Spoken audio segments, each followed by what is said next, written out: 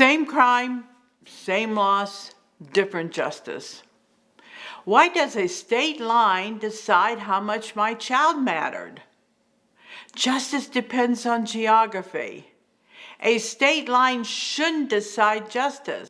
Why does one empty chair demand justice while another is quietly forgotten? Why does my child's life depend on a state line? Justice depends on geography. Why does one empty chair matter less than another? Let me make this perfectly clear. This is not about politics. This is about state laws. Hi, I'm Sara. Most people call me Momma Bear. And this is not justice. Most people believe that if someone drinks, drives, and kills another person, the punishment would be similar everywhere. It's not. Not even close. Cross one state line and the sentence changes. A life is taken. A family is shattered. Victims have a life sentence, but accountability, that depends on geography.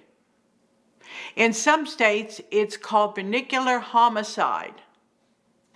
In others, intoxication manslaughter. Some call it negligent homicide.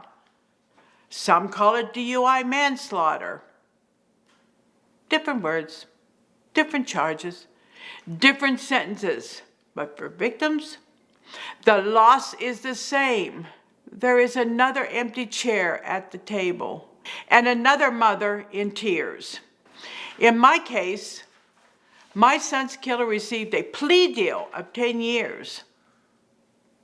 Victims have no input. The defense and the prosecutor negotiate the deal with the defendant, and the victims may not even know until it's done. But the sentence wasn't the end. It was just the beginning of another fight, parole. In my upcoming videos, I'll show you what victims face when they fight to keep a killer from getting early release, and why you must start long before the parole date. My son was a good man, a doctor, who dedicated his life to helping others. Her daughter was a good girl, just graduated from high school and excited about starting life. Their lives mattered the same. But the accountability wasn't the same. Why? My son was killed in Texas, and her daughter was killed in California. And this is called justice. Victims lose their children, they lose their futures. We live with a life sentence of grief. Yes, the person who caused it all gets representation, gets guidance, gets help navigating the system.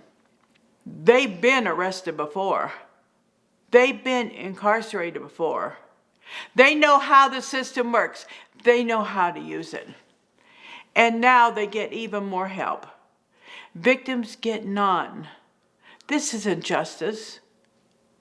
Why does a criminal get all the rights and victims? We must fight for everything. Fight to be notified.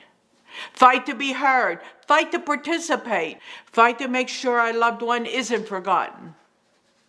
And even then, we only get representation if we know where to register, if we know which agency to contact, if we know which forms to fill out. But most victims have never been involved in the court system. We don't know the process, and no one tells us. So unless we figure it out ourselves, we are left out. That is what they really want, because when victims don't know, no one is there to push back, and decisions get made without us, the victims. Same crime, same loss, different justice.